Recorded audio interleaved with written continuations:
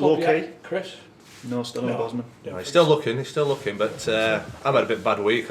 I missed a penalty Saturday. I'm a bit disappointed you don't let me bring that in. Well, you knew what was going. I might as well get it in there for you, do, yeah. So. Why are you smiling? Hey? Why are you smiling? Embarrassment. About it? Oh, embarrassment. Embarrassment. Save? No, it's crossbar. Crossbar. You struck up well, though, didn't you? Caught it very well. But you still won? we still won the game, yeah. We beat Salford 1-0, so. Go bonus. Oh, well. I would have got one if I had No, that's really you want one. You want one. You don't get a bonus for hitting the crossbar, unfortunately. What do you want for the season? 25. What? 25. You got 25 already? Goals. Yeah. Have you? A good number of years left. Do you, John? Feed the beast. You look after yourself, Chris. You put the right fuels in. We've got Andy Griffin with us. You alright, mate? Yeah, very well, Cool. thank you. Not too bad. Ulster's career. Stoke, Newcastle, Portsmouth. Some big names as well. What in terms of clubs? Clubs and players, managers as well. Yeah. I mean, I was very fortunate to play under some great managers. The first manager, Lou Macari, and then it was Kenny Dalglish who took me to Newcastle, and Bobby Robson, Rude Hullett, Harry Redknapp, to name but a few. So very, very fortunate with the managers that I had. Did you mention Tony then, Griff? Did you hear me mention Tony? No, did you mention Tony? I didn't mention Tony. No? You just mentioned Tony, but now that you have mentioned John, Tony Peels as well, yes. Yeah, I thought you still weren't going to mention him. No, I will now. Thanks for bringing Tony up. So Macari was your first. You were in the youth team. Yeah. Did he promote you to the first team? Yeah. So Lou Macari at Stoke. It was quite funny because we played back then at Stoke. You had. So it was like the first team, then you had the reserves, and then I think there was an A team as well, and then the youth team. And I was playing for the A team, and at half time, the manager at that time said, "Oh, get in the car. You got to go down to the Victoria Ground. Stoke are playing. I think it was Portsmouth. You're on the bench." So got driven down. At half time, he said that. At half time, yeah. Got taken down and was on the bench, and I think I'd come on with about 3 minutes to go, and I'm sure my first touch of professional football, like senior football, balls come out of the sky, and I thought instead of just kind of hooking it on, I'll try and control it. Miscontrolled it, bang, in the face. My nose had just gone.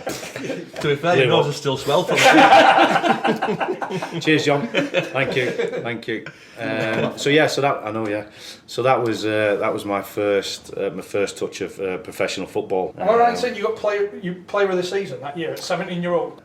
Yeah, it was. It would have been that year because it was the following season that I moved up to Newcastle, wasn't it? So that's an introduction, right? Yeah. First So that year quite early in the professional season football. then? So I think it was October time that I made my debut against Portsmouth. Then managed to just stay in the team, for the remainder of that season, and got player of the season. So were you apprehensive back when Newcastle at 18? Was I apprehensive? The move, I remember the move, like obviously as an 18-year-old lad leaving Stoke to live. Was I apprehensive? Yeah, I suppose I was. I was. Yeah, you're nervous because you're going from a middle team in the Championship to a top four club, because Newcastle at that time were a top four club, and in my eyes, they had superheroes there, from the footballing world, in terms of Stuart Pearce was there, he was a hero of mine. I think Gary Speed was there, John Barnes was there, Ian Rush was there. I mean, Kenny Dalglish was the manager, and with me growing up in Wigan, but from a Liverpudlian family, to have the likes of John Barnes, Ian Rush and Kenny Dalglish as the manager, I mean, yeah, you're going up there. And I remember the first time I saw the stadium, it was incredible. I was only 18 years of age at the time, and it only felt 2 years ago that you were watching England in the Euros 1996 and Shearer. And you're like, Alan Shearer is on such a pedestal. How good was he in training? And I would always judge my own professionalism and other people's professionalism on what I saw Alan Shearer do. I mean, Alan Shearer would be, he had some really bad injuries, didn't he? But he would always be in the treatment room working on his knees, working on his ankles. He had that discipline. And I would always then think, right, if Alan Shearer can do it, this is what you need to do. So then further on in your career, when you've been at a club like Newcastle, usually, when you move away from Newcastle, it's a downward step, particularly at that time anyway. Then when you're looking at players who aren't as professional and who think they are, I suppose, better than what they actually are, that infuriated me at times. But in terms of ability, his professionalism, I mean, his ability was second to none. And when he spoke, you listened. He commanded that much respect, and that must be good for the manager as well. To have that player in your dressing room, running the dressing room, the manager's job's made. Well, it makes it a lot easier, doesn't it? To worry about things. Do you know when you went from Stoke to Newcastle? Were you always as professional as what you are, or did you learn from the lads already at Newcastle? Did that teach you how to go about it, how to be a professional footballer properly? I suppose my professional, I never liked to drink, was never a drinker, didn't like alcohol, so that was a blessing in disguise. Lucky so. And fell in love young, got married at 21, so there was no other distractions. There was no distractions. Even when I went to Newcastle, I thought, you know what, they put me up in this 2-bedroom apartment on the quayside, and it was lovely. But I remember thinking to myself, I've got to get out. I've got to get out. I can't be, you hear about Newcastle being this wonderful, vibrant city, and I thought I've got to get out. On a Saturday night you've got to get out. I mean, you've got to get John, out. You've actually got to get out and live somewhere else. I mean, I've got to get out Tuesdays. Listen, I've got to get out Wednesdays. the odd night out is okay. Yeah, it's about having that balance, isn't it? But I do remember thinking a good friend of mine come up, and we went.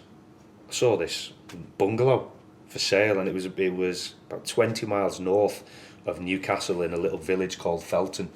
It was almost on the Scottish border, I swear, it was that far north. And I bought it because it was a little bungalow. It was a million miles away from everywhere else. Must have been an expensive taxi home, that, from Newcastle then, haven't you?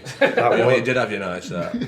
that was expensive. It was probably cheaper to have a hotel room for the night, I think. But yeah, so in terms of like your professionalism, I think falling in love and getting married so young really helped you kind of stay on the straight path. Anyway, Griff, tell us about Bobby Robson. Bobby Robson, best manager I ever had, ever worked for. In what way? In what way? It's because Tony. I often think Tony Pulis tactically was incredible, wasn't he? We all knew exactly what we were doing on a Saturday. We were drilled. Yeah, you were drilled. Is that from a tactical point of view or an organisational point of view? Bit of both. Bit of both. Yeah, I think. So I think Tony, he was hard, wasn't he? And I'll get back to Bobby. Tony was very regimented. Tough and regimented, wasn't he? And we did have a couple of fallouts, but Tony didn't leave any stone unturned. Extremely professional, would nail down your positions where you must be. If the ball is on the left hand side of the pitch, in the middle, it's on the right. If it's 20 yards into the opponent's half, it's 20 yards into. So we knew that we had to be the fittest team. We knew we had to be the most organised team. And we all bought into that, and that's what got us promotion, along with the camaraderie. We weren't the second best team in that league. We finished second. Yeah. We weren't the second best team in that league. Not from an ability point of view. Yeah. I agree with you, but because we had that togetherness and that bond between so many players, not just maybe 4 or 5, it was more or less every single one.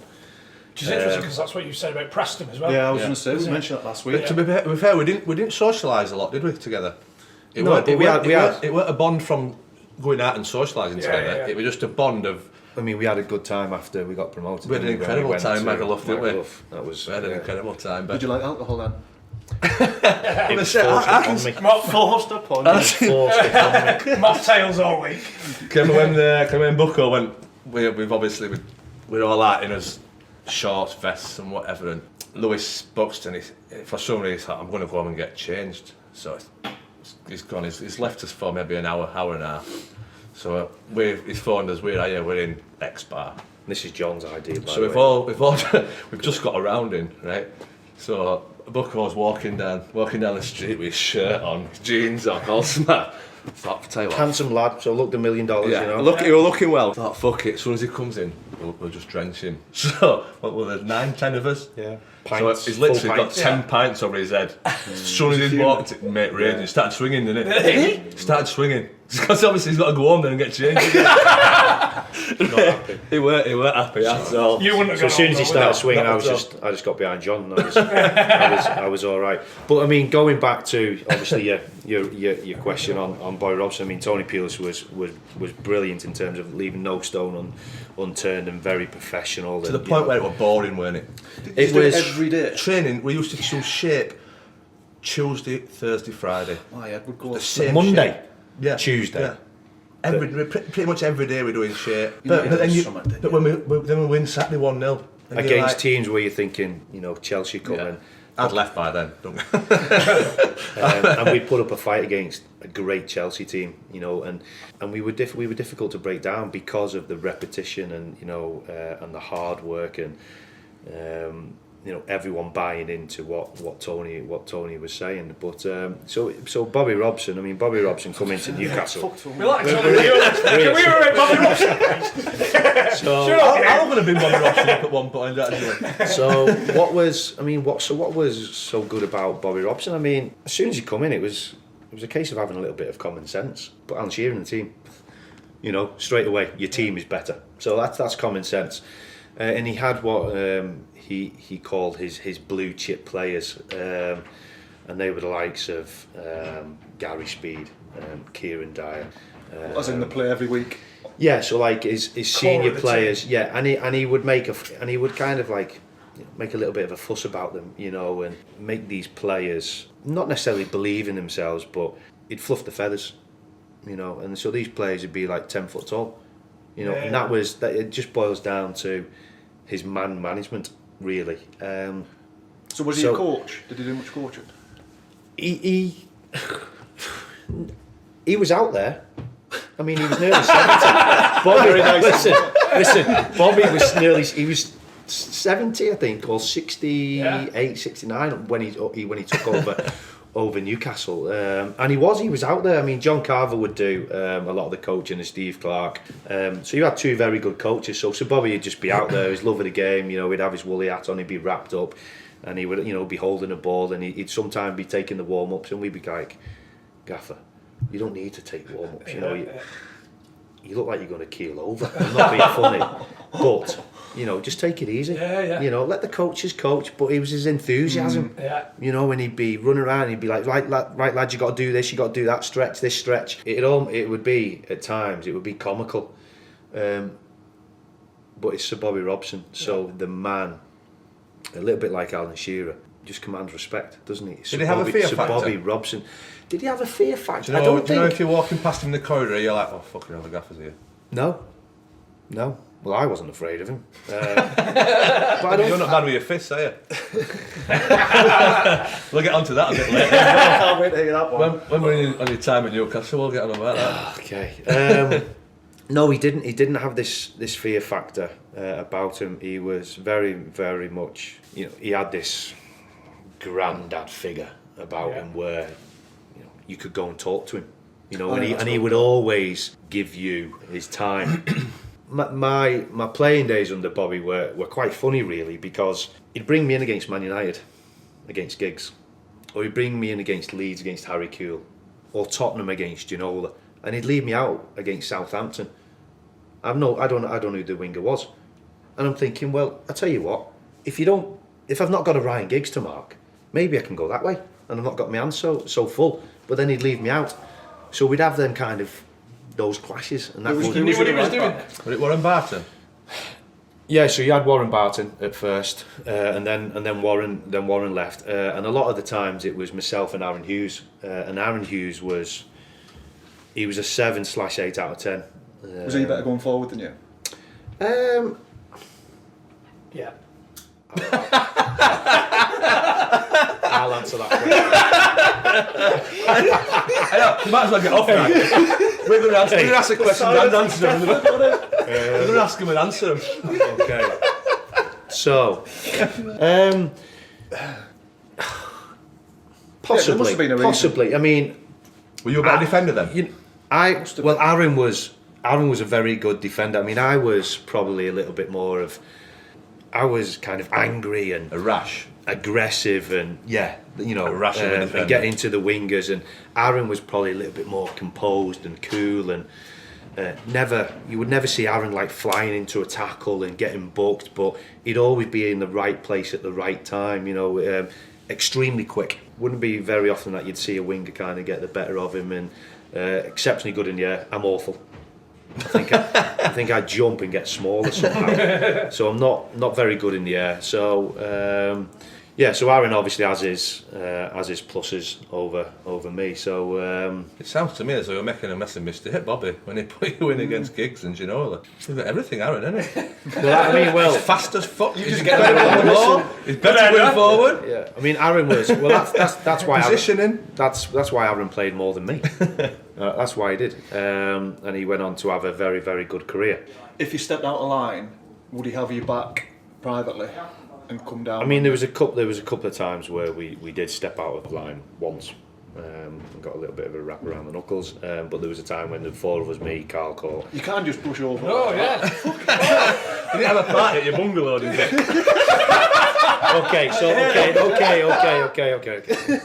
I mean, me, Courty, Kieran, and Bellamy, we stepped out of line. We were away in Marbella, and we didn't go to a Sir John Hall meal or something like that. And anyway, so there was 3 days left of the holiday. So the manager come to the conclusion, or the chairman, or whoever it was, sent us home. And then obviously when the rest of the team come back, I almost went to see him and said, I'd just like to apologise. And he was like, yeah, okay, take your punishment, your 2 weeks' wages, and it's done now. Don't let it happen again. Why'd you miss it? Yeah, I was. Where were you? Well, the manager just said, you can have the day to yourselves. And the So we had a few beers. We had a few beers, yeah. We had a few beers, more than a few, and didn't go back and just stayed out. Was there a big drinking culture?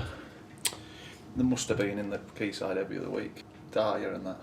Well, we had when Bobby come in. He built a young team, and I think it's no secret that Kieran liked the night out. Listing those early players that you initially went to Newcastle with, Stuart Pearce, Alan Shearer, Duncan Ferguson, Rob Lee, and then you look at the back end, like 2002, 2003, and you've got Craig Bellamy, Chopra, Kieran Dyer, Woodgate, Boyer, Titus Bramble.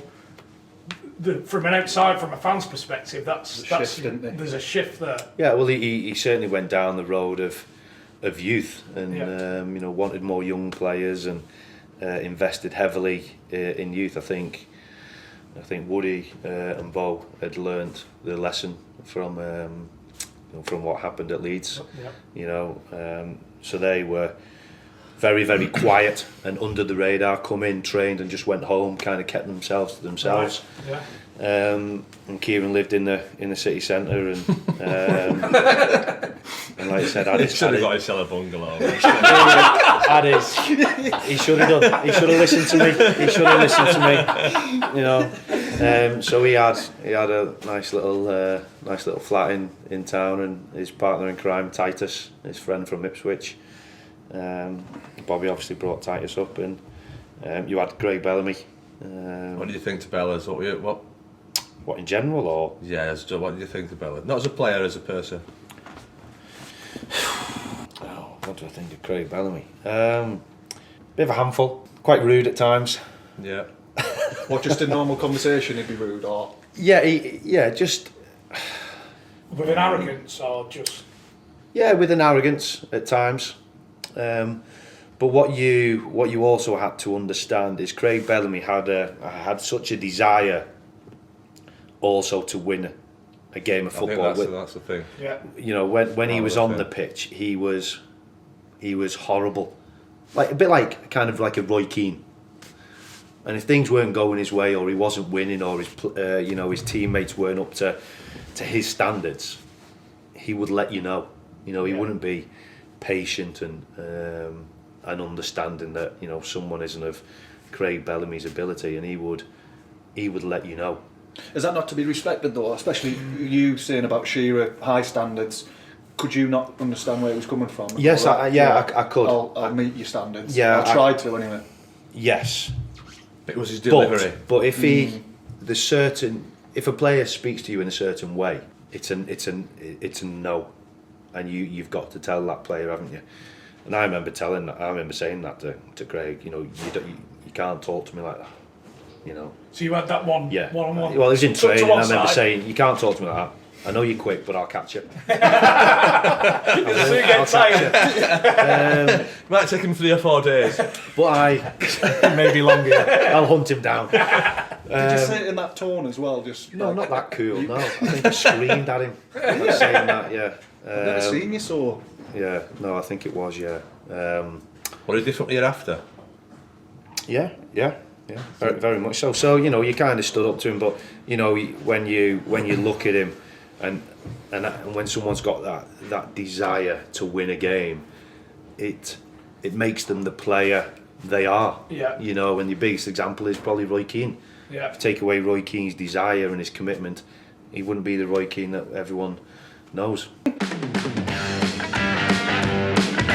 You must have. I mean, all three. You must have experienced players that they've had a fallout with the manager. They've had different personalities, and that player's switched off because he's like, "Fuck you, Jack. I'm not playing for him." And you had a little bit of this at Stoke, and a lot of people saying, well, it's like the players aren't playing for the manager, and that I find appalling. That's the worst thing. Appalling. That's the worst thing. Whether you like the manager or not, I'm not necessarily playing for the manager. I'm playing for him, and I'm playing for him, and I'm playing for myself. And also, you've got 20, 30, 40, 50, 60,000 people coming in to watch you. So surely you owe it to them to work hard. No? Very minimum. Very No. minimum, innit? So when people say, "Oh, they're not working for the manager," I don't get that. And if I see Have you experienced it though? The thing with football is it's totally different to any other job in the respect of the manager drops me Yeah. and I've not played for 5 games and I'm thinking I need to liven up. He puts me in and I score 3 goals in 3 games. I'm thinking, I tell you what, fuck you, Jack. Right, you should have played me the last 5 games. Yeah. But that also, you're doing it for yourself, you're doing it for your teammates, but evidently it's for your manager anyway. Yeah. So it doesn't matter what you think of him. The more successful you are, it's obviously looking better on him anyway. So you can't down tools to affect the manager because you're only affecting yourself. But that's you. I'm saying, has there been lads that you played with that have taken that approach? Like, Well, it's all about them. Mahrez now. Yeah. Mahrez is You obviously. get it all the time now. Lads going on strike. That's fuck you, Jack. I want to leave the club. I've done No that. matter how many people are turning out each week. I did and that. And the lads that they're playing with, I'm not playing. I did that at Macclesfield when Brian Norton pulled me in the office. He said, "Hull have made a bid for you. Championship. Yeah. Hour from my house, perfect." I says, "Oh, brilliant." He says, "We're not selling you." I says, "What do you mean you're not selling me?" He says, "They've got me for free. I can't remember what the fee were, but it was a good deal for the club. We're not selling you." I says, "Well, I want to go." He says, "Well, we think we can get more money for you." I says, "I'll tell you what then, I'm not playing Saturday." He says, "What?" He says, "I am not playing for this football club on Saturday." He says, "You can't say that." I says, "I'm telling you. In fact, I don't think I'm able to play for the rest of the season. This was January. I'm only 22 or something, I'm a cocky little shit." He says, "I don't think I'll be able Was to..." somebody advising you to go on like that, or no, you just? no, It was just you. That was just me. Because that was, I'm moving up to the Championship, Yeah. 2 leagues, obviously, everything that comes with that. He says, "Come on, we'll go and see the chairman." So I says, "Come on then, we'll go and see the chairman." So I says, went in to see the chairman. I says, "Chairman, my back's gone, I don't think I'm able to play Saturday.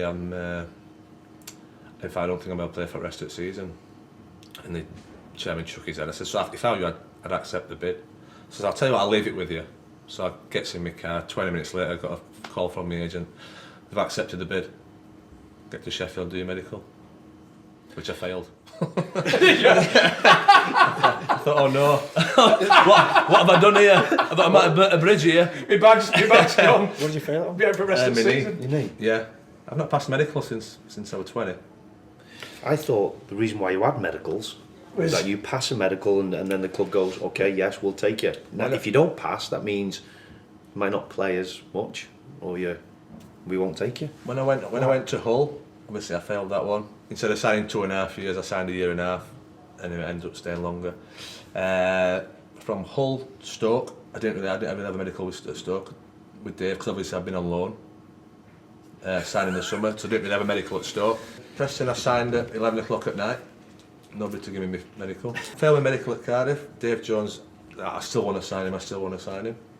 What did you fail it on at Cardiff? My knee. I've got a dodgy knee. Knee every time? Same knee? Yeah, I've got a dodgy knee. And then Fleetwood, can you touch your toes? Yeah, no bother, that one. Can you touch your toes? Forest Green, didn't really have one at Forest Green. Newport, touch your toes, yeah, job done. Touch your toes? You struggle with that? Can you touch your toes? I can touch them now if you like. No, you're alright. I mean, no, you're alright. It's not a medical. But same as obviously Mahrez, in football, everyone's selfish. Every player is selfish in football. Because you've got to do it for you and your family, and so you need to do what you need to do to have the best career that you can have. Yeah, like for you, it's going from... There's not a contradiction there in everything we've just said. No, but it's I know fans in the media slaughtering Mahrez, but going back to what Johnny said at Macclesfield, it'll be a life-changing sum of money for him. You know, and you've got to do everything that you can to make that happen, because the clubs, they won't be bothered. They'll just say, no, you're staying here, this and that. You've got to make it happen because it's life-changing. And That got me probably 10 years in the Championship. I might have never got another chance to get the Championship. So, I mean, I understand why the fans go ballistic and why the media jump on board and say they're spoiled, this and that, but at the end of the day, you've got to look after you. It's your future. You've got kids at home. The only reason that Mahrez has got an offer from Man City is because he's been incredible. So he's not done that for the manager, he's done that for himself. The manager's benefited from that. And the club. Yeah, and the club. I mean, what did they pay for him? 3 million quid, was it? If that. Yeah. So what happened exactly with Mahrez? Have you been in that bungalow in Newcastle? What happened? It's just obviously the Man City's bid for him, Yeah. but Leicester's turned it down and he's down tools. So I'm not coming in. He's a player. So he's just not gone in? Not got him. And what did he turn down, reportedly? How much? 60, wasn't it? 50, 60. 60. See, that's a bit naughty, isn't it, from Leicester's? Bearing in mind, by all reports as well, they've told him for the last 3 windows that You can you go. can leave. So would you do that if you were Mahrez? No, I wouldn't down tools, no. I wouldn't. But would you do everything you could to get out of there? On deadline day, you've heard Man City are in for you. Would you make it happen? What would you go to? What lengths would you go to? I would. I certainly wouldn't down tools. I wouldn't do that. But I would make it very clear to the club how disappointed I would be, and try to make them see it from my point of view. They're not asked. But they wouldn't. I know how, and I know. I get that. I understand it. I mean, okay. So when I left Stoke when I was 18, I had a choice of going to Newcastle or Leicester, and Leicester bid £250,000 more. So the club wanted me to go to Leicester. Leicester or Newcastle at that time. There's no, and I spoke to the board and explained it to him. I said, well, I'll just. Do you think you got a bit lucky with that then? But the board went, right, okay, fair enough. Possibly, and the board were understanding. I mean, he got me for nothing, and back then I think they were getting, it was Newcastle were prepared to pay 1.5 and Leicester 1.75, so it was a lot of money back then. So they were understanding. I was like, I've got to go to Newcastle. It'd be like going to, moving from a mid championship table club to a top 4 club now. You've got to be understanding. Yeah. And that. But they were very good. Peter Coates was, he was good. And but going back to Mahrez, I can understand this frustration and this, that, and the other. But I suppose I wouldn't be able to down tools. It's not in my DNA. 2003, Champions League, St James's Park. Juventus Goal or own winning goal? goal. Did you score an own goal? Did you score the own goal? No, that's what they're saying, isn't it? Was it your goal or was it a Buffon? It was yours. Griffin. Griffin won. I'm giving you It that. had Griffin, didn't it? I don't score many goals. You can't take that one, surely. Is that up there Surely. with the one? I mean, the importance of the goal, it was a very important goal. We'd lost our first 3 games, and I don't think any team has then gone on to qualify. So Juventus come into town full of superstars, Nedved, Davids, Del Piero. I mean, it was a free kick. Laurent rolled the ball to me. Why he did that, I'm not sure, because he lovely left foot, usually just whips it in, rolls it to me, it takes a touch, and then I kind of took a bad touch, kind of like got away from me a little bit, and I thought, well, I'll just kind of slide and like kick it across the box. And hopefully someone will kind of get on the end of it. Across. It was a goal. That's all you need to know. It was a goal. And Buffon, he almost kind of dived past it, where it hit his elbow and went in. And wow. So this is the 4th game. This was of the fourth campaign. game. This was the 4th game. Yeah. So we'd, I think we'd already been to Juventus and got beat 2-0. That was another story. Did you play? Yeah. Bobby Robson told me to do a man marking job on Nedved. Wherever he goes, you go. Never ran so much in a game without touching the ball. So I just went everywhere he went. Everywhere. And you know what? It suited me fine. He could have went and stood on the corner flag. I'd have gone over on the corner flag with him. They were my orders. Yeah. No problem. So going back to the home game. So he dived past it. It was 1-0 and plenty of time. He hit the crossbar and then the whistle goes and you've won one. You must have gone 1-0. after that night. Possibly. Honestly, I cannot remember. I think I'd have been out for 4 days. Yeah. Those games don't come around very often for someone like myself. I suppose when you look at you're looking at the best teams that you've ever played against. I mean, the Man United team, many Man United teams under Fergie were incredible. The Arsenal team, the Invincibles. But playing Barcelona was you just never touched the ball. Who were you playing it? Who was left wing? So that was a night I'll never forget. and when people say, "Oh, who's the best player that you ever played against?" I've played against the best players in Europe over the last 20 years. Ronaldo, well, apart from Lionel Messi. But the player to give me a bit of a nightmare really was Marc Overmars at Barcelona. And the first half I didn't know if I was coming or going or what, and Bobby just said, "Look, Griff, forget OB about covering him. OB, you're going to be alright, you'll be okay." And OB's looking at me and I'm looking at him, he's thinking, "No, I'm not." I think he might, far from okay. Far from okay. I think he might have been against Clive. I think Clivert was playing up front. Yeah.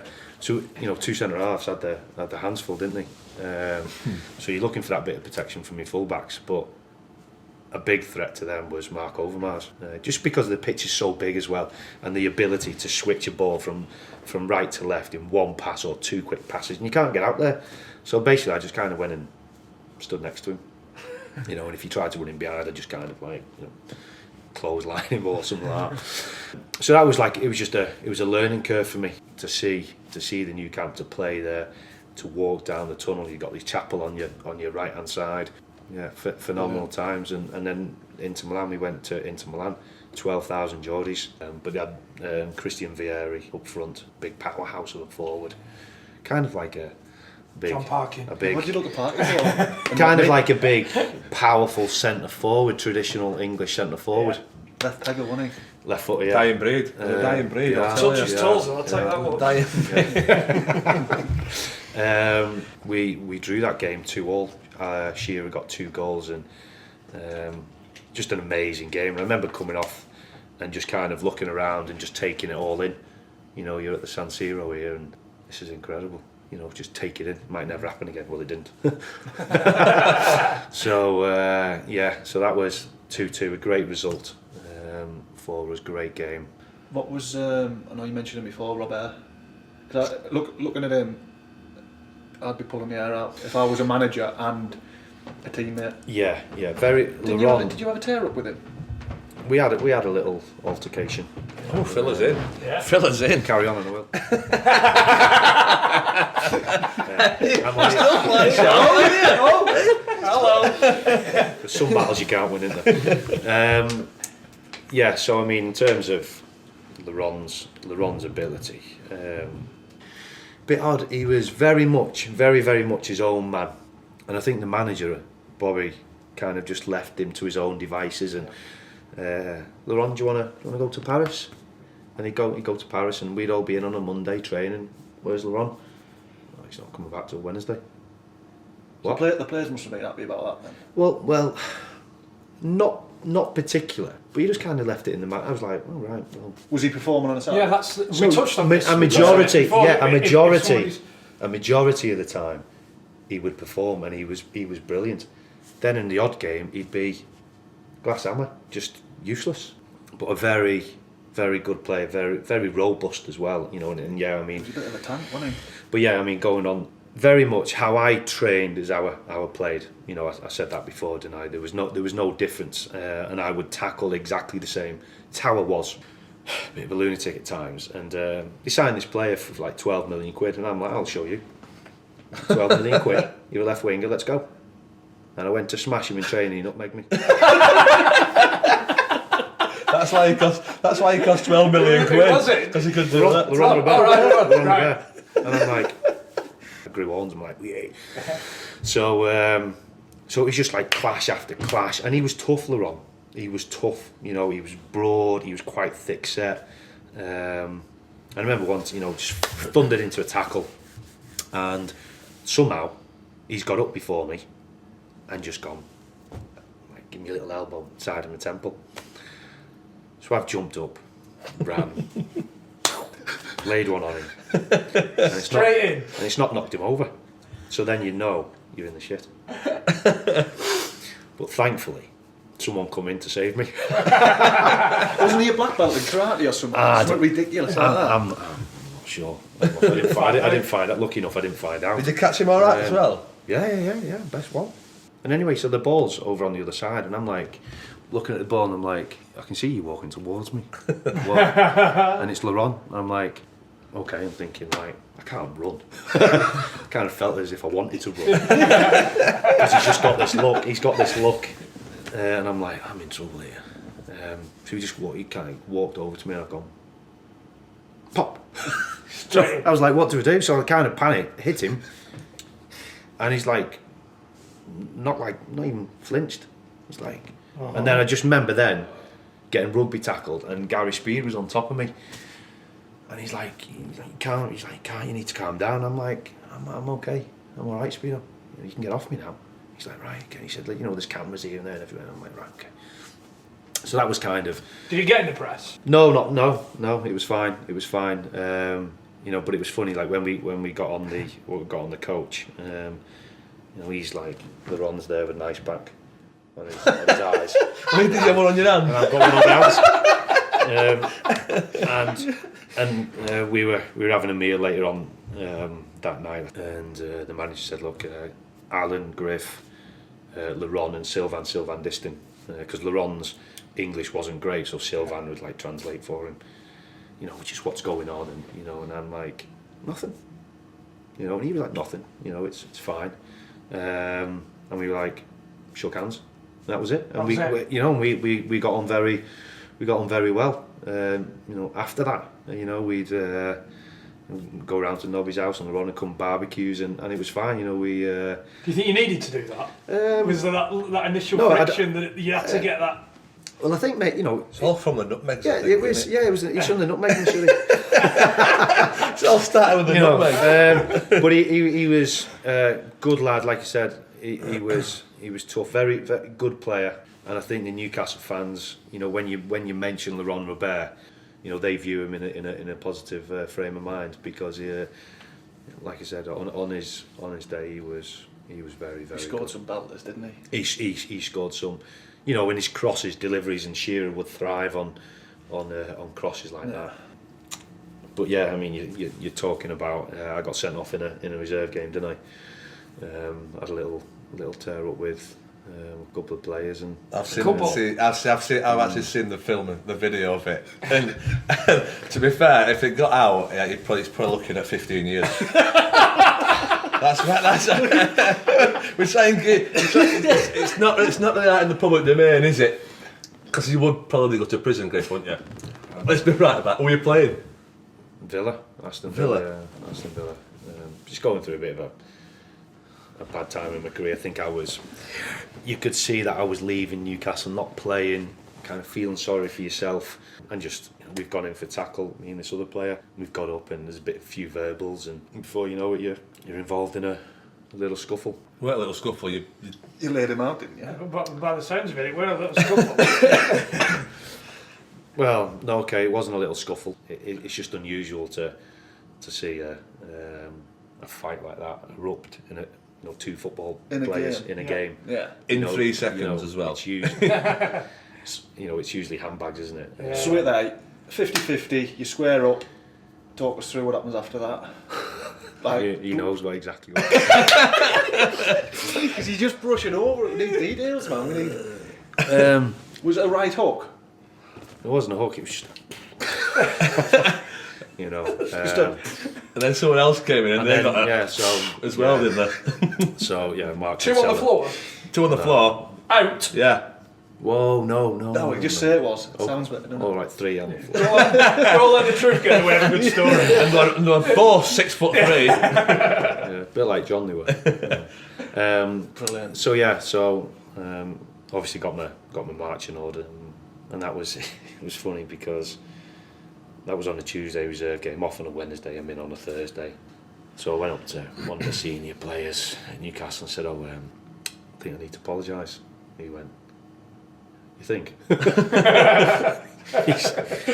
He said, yeah, just go to the manager, just apologise. So I gone up to the manager, Gaff, I'd just like to apologise what happened in Tuesday's game, we getting sent off. He went, Bobby Robson? Yeah, he went, seen the video, son? He said, could have been a boxer, son. Could have been a boxer. What happened? I'm like, and before I could kind of talk, he went, red mist. He said, yeah. He said, gonna have to fine you. I said, yeah. He said, 2 weeks. I'm like, I said, okay. What, a week for each punch? He said, coffee pop. That was it. And that was it, yeah. But, nothing to be proud of. But it happens. It does happen, and it does happen between teammates. And I think if you've got anything about you, it's such a competitive world, and you spend so much time with each other. You've got different characters. It happens a lot. You should just be manly about it. Dust yourself off, shake hands, and that's it. Since I've known you, I can't imagine you losing your head or the story about Robert, reserve story. I can't imagine. I mean, you're going back a long time ago when I was early 20s, and when you're full of beans, aren't you? You're 100. When you grow up, you kind of relax a little bit and you chill out, and I suppose not that I necessarily lost that edge in terms of your tackling and your aggression and what have you, but a certain moment happened when I went to Mexico City with it stemmed from the time at Portsmouth where I got to know Linvoy Primus, and he was a Christian and a faith in football, and they all went out to Mexico City to do a bit of charity work, and I went out there, and just what you saw out there just kind of changed my outlook on lots of things. So and it changed my outlook on football to the point where and I remember thinking, well, in them 90 minutes or however long the game lasts, you do your best, and if that gets you a win, great, or a draw. But if you lose, I can't turn back time, and I suppose I got a little bit more relaxed, and it just kind of changed my outlook a little bit. So and it's also growing up and maturing, and having children, and so. Is that a good or a bad thing in terms of performance? No, because it never changed my performance. I always went out there, and I was still a winner. Don't get me wrong, but I could, instead of having a bad game and then beating myself up and taking that mood home, and and spoiling the evening or spoiling the weekend with your wife, your children, So essentially, I'd it go. might be a more positive thing because you've got a clearer head. Yeah, you've got a clearer head. You can kind of control your emotions a little bit better. That comes with experience as well. It does, yeah. Age and Yeah, experience. just life experience as well, isn't it? You know, Yeah. you're mature and. What did you do at Mexico City, and where did that come from? Well- Who initiated that? So trip it was and- through the charity Faith in Football, which was run by Linvoy Primus and Darren Moore. I mean, you meet Linvoy, and he's the happiest guy you can ever meet, and you think, Yeah.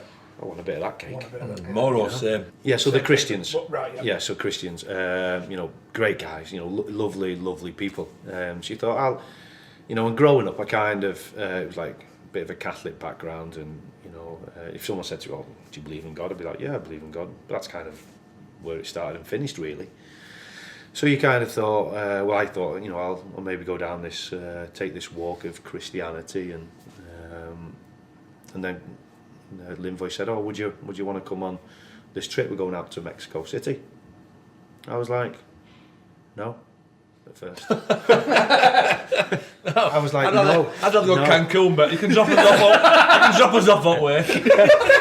I was like, no, because that's your off-season time, you know, and you're a bit selfish. You want to do whatever it is you want to do. You know, you want to go back home to Wigan, or you know, back to Liverpool, see your family, or you know, go on a few holidays with your family yourself. And he's like, no, come, you know, it'll be this, that, and the other. So I was like, right, okay. So are you going, Linvoy? He's like, yeah, I'm going. Moro's the same. Moro's going. Luar's going. I'm going. It was only me who went, and 10 other people. Somehow Linvoy got out of it.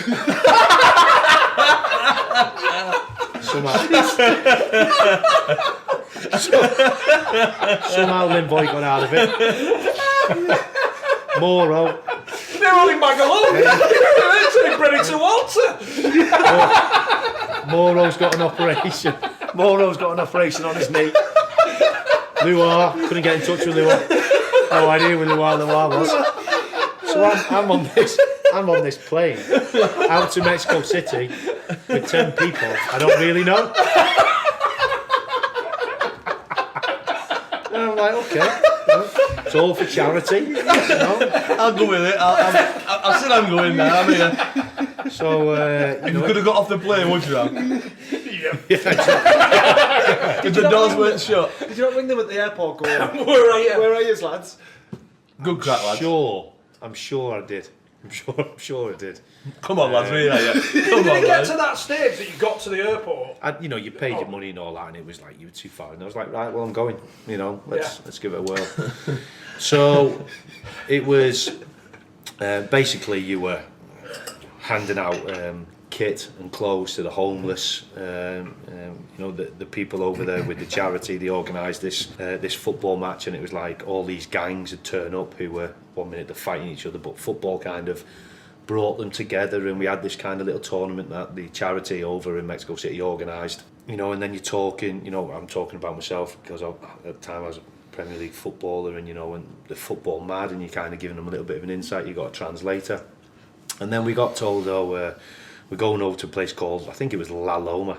It was like a labyrinth. This place was just like a labyrinth, and it was just chaos. And what happened is we kind of put on this football session, and next minute this car comes kind of screeching down like onto this like it's like a stony pitch we had, so it's kind of like handbrake turned it almost, yeah. And he's like, you've got to go, you've got to get out of there. Anyway, so we had to just go the back roads. Later found out the reason why we had to go because we were going to get kidnapped, so we had to like scoot out with her. So the fuck it, the sun take you back.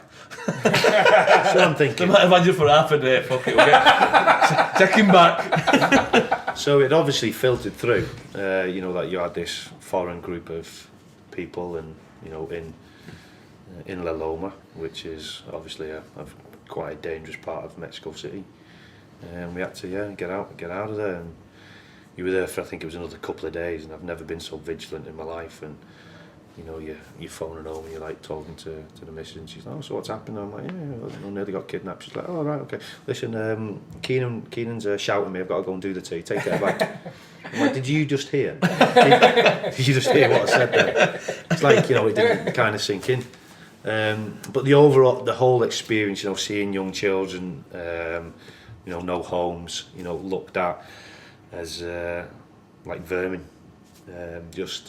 Just changed everything. And when you've obviously got children yourself, you come home and I'm thinking, I'm going to sell everything, I'm going to do this, that and the other, but unfortunately you just settle back into your way of life. But it's Change your mindset. Oh, big time. Yeah, very much so. And it certainly made me realise how fortunate and how blessed I am.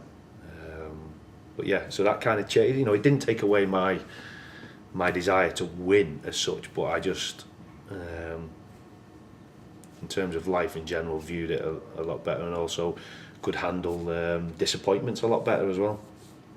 So, but yeah, I mean, it was an interesting time. Which I've lost what So yeah, so I went from. you've drawn me in. Yeah. Take me down. Why? He's booking a ticket I've to been having Bibles out outside in a minute. We'll all go selling.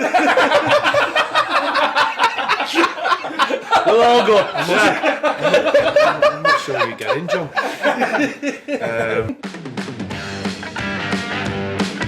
Anyway, so I got the opportunity. Tony rang me and said, would you want to come up to Stoke, and play? And it kind of felt as if I was going back home, because I'd also bought a house Bungalow. not a bungalow.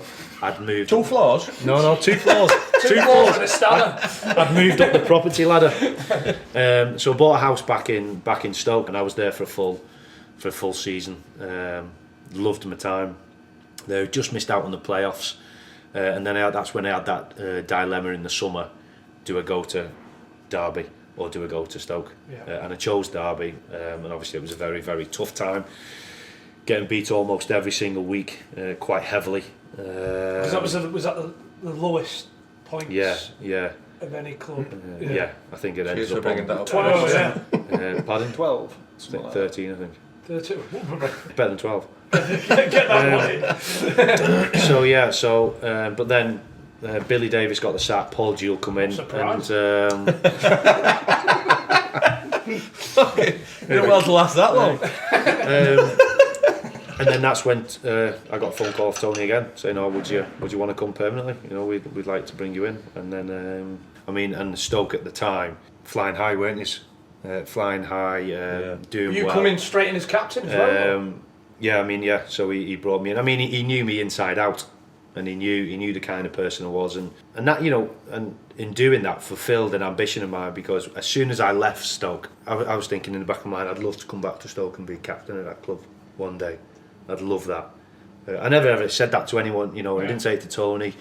But then he brought me in and made me captain straight away. Have you waltzed into that dressing room then as kind of top dog kind of No, thing? You've got no. the captaincy straight away, 4.5 year deal. No. You've wandered straight in, no noses out of joint yet. No, because What's your temper? it's I think more than anything, it's a respect thing.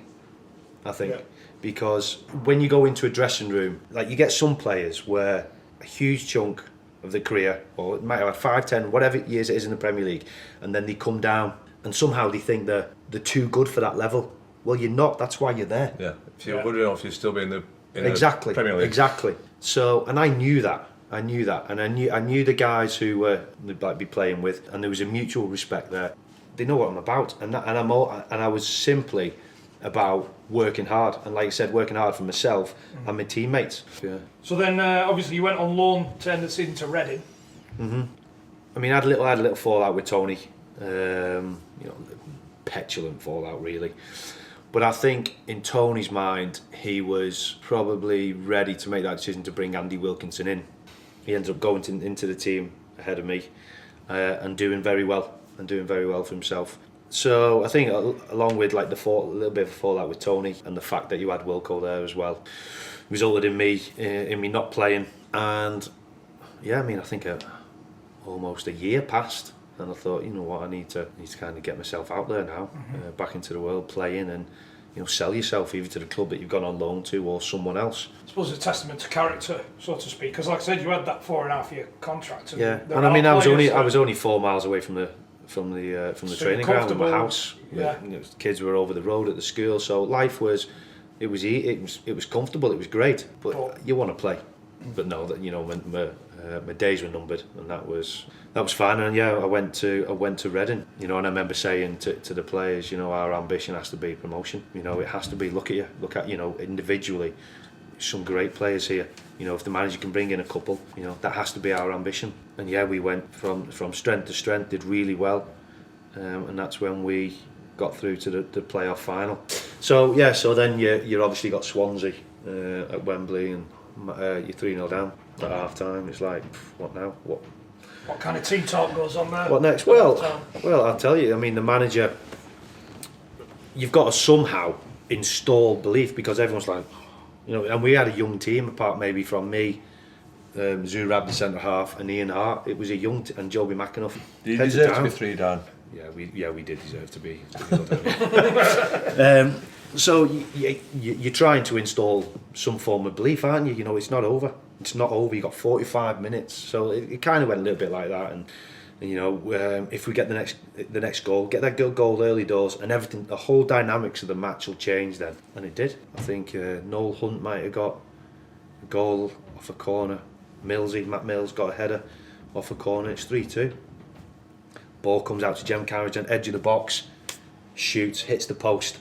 Goalkeeper's dived, hits the post, comes out to Hunty. All he's got to do is tap it in. But then Monk's coming across, almost sliding.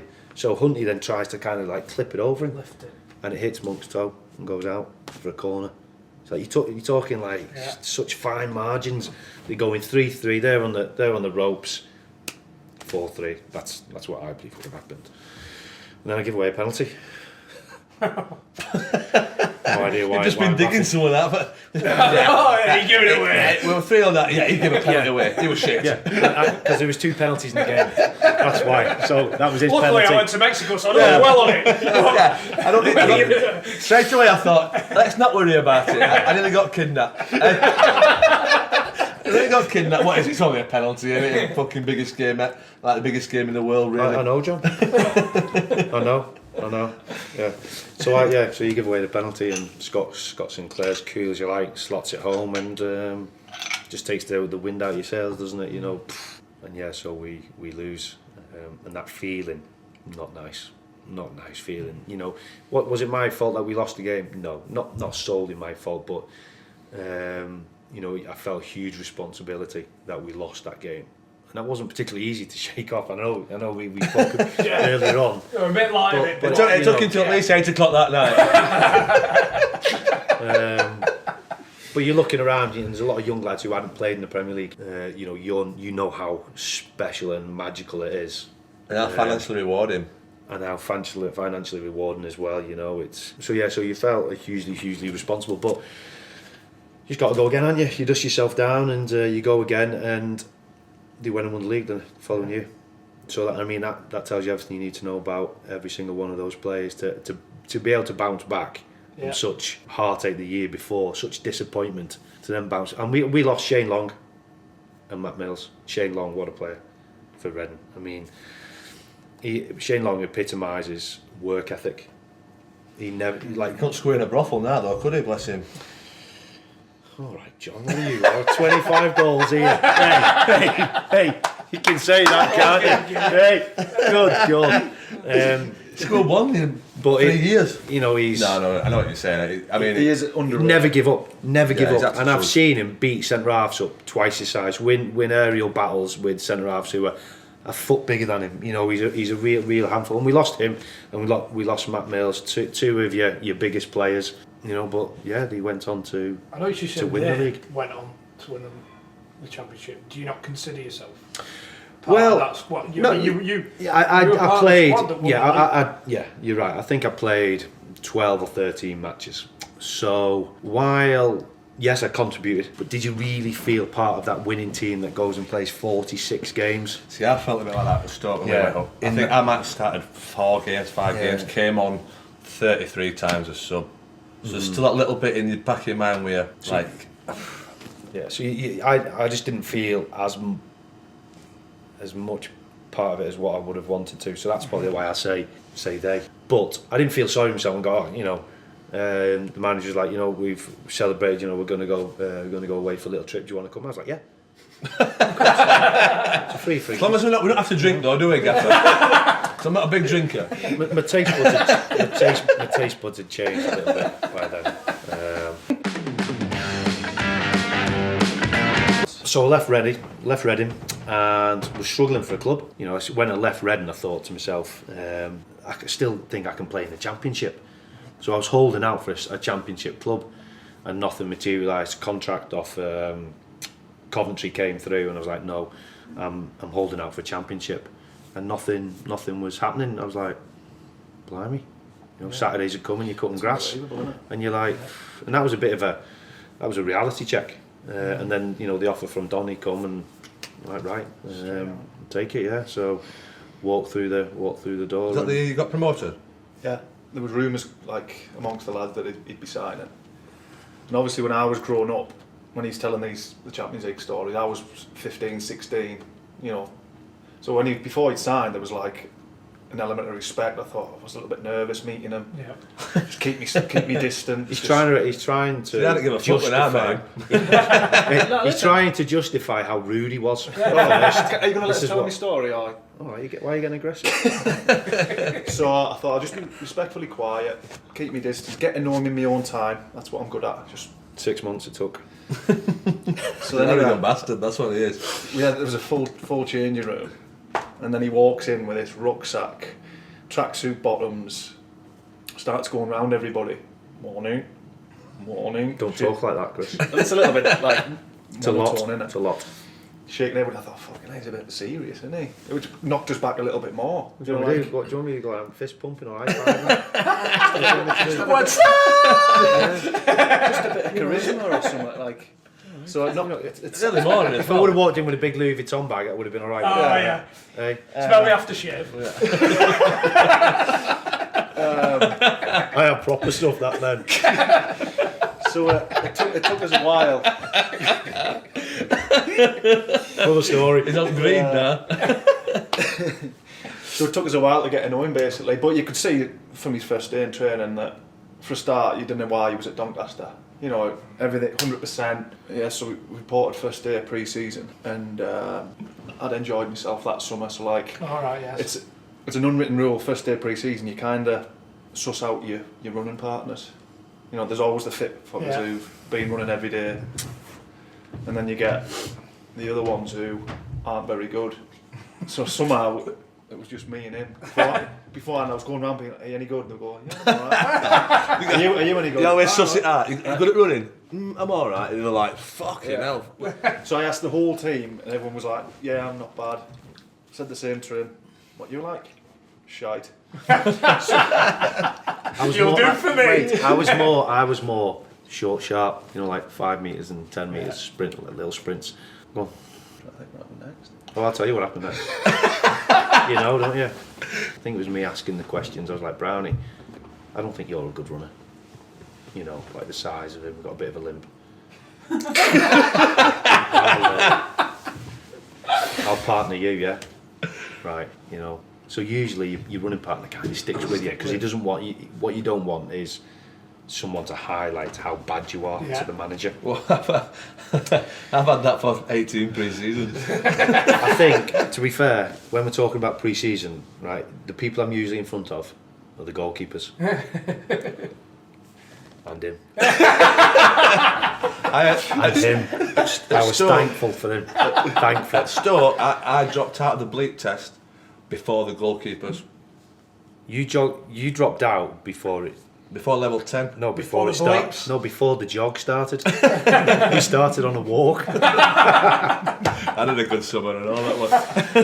So I'm like, Brown, you know, you're not going to let me down. Obviously, you know, if I can get away from you, I won't let you down. Let me down. Let me down. Deserted me. Left me. Man down. Just left me. Not straight away, I'll give you. But it was that bad. I had to. You know, like, he was struggling that much. I'm sorry. I had to leave the week. Got to leave the week behind sometimes. Yeah, it's not a nice. Did you say anything? Well, no. Do you know what? No, it was like it was slowly going like that, and I'm like, Brownie, shoe on the other foot. Wouldn't have left you. I'm just saying, putting it out there. Told him many times. You've got to do it for yourself, Chris, haven't you? That's it. New manager comes in.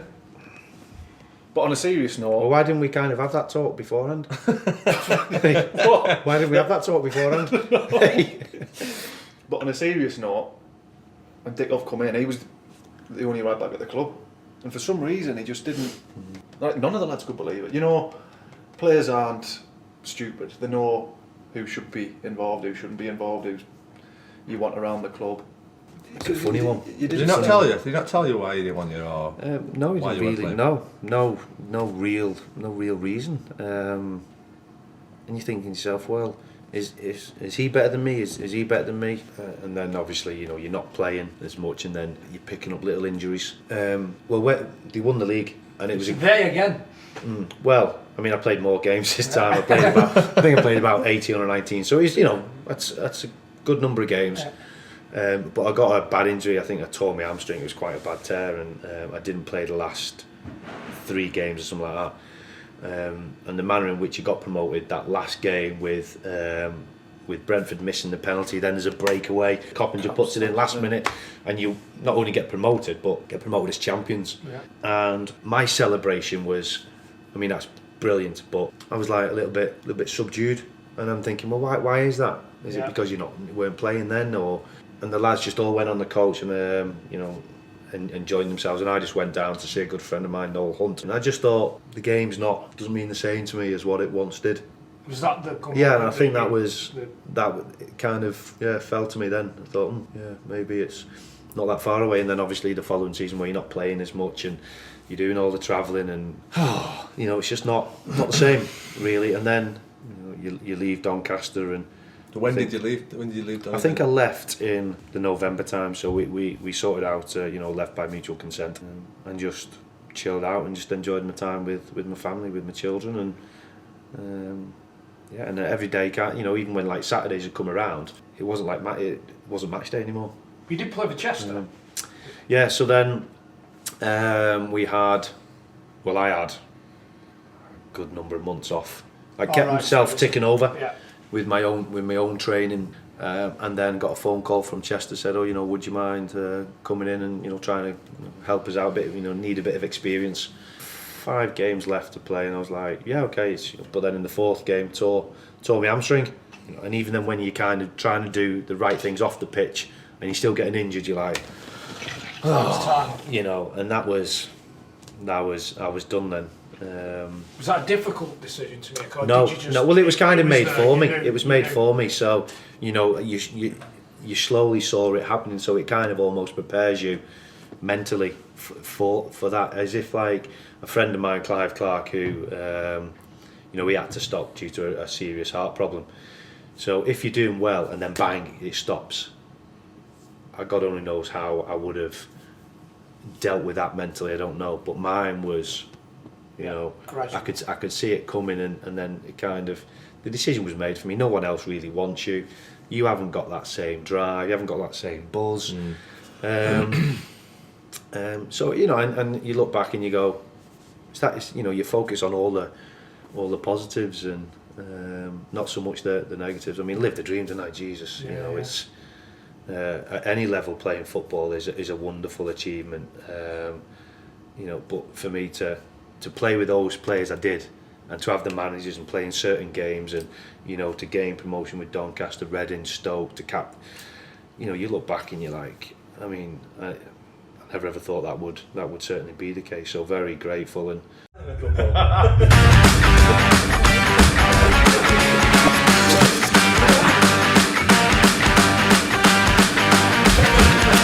What did you do with the bungalow in Newcastle?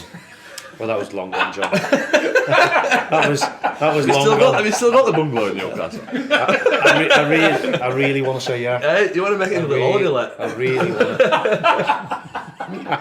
I want to say yeah, but no. The bungalow got sold long time ago. Long time ago.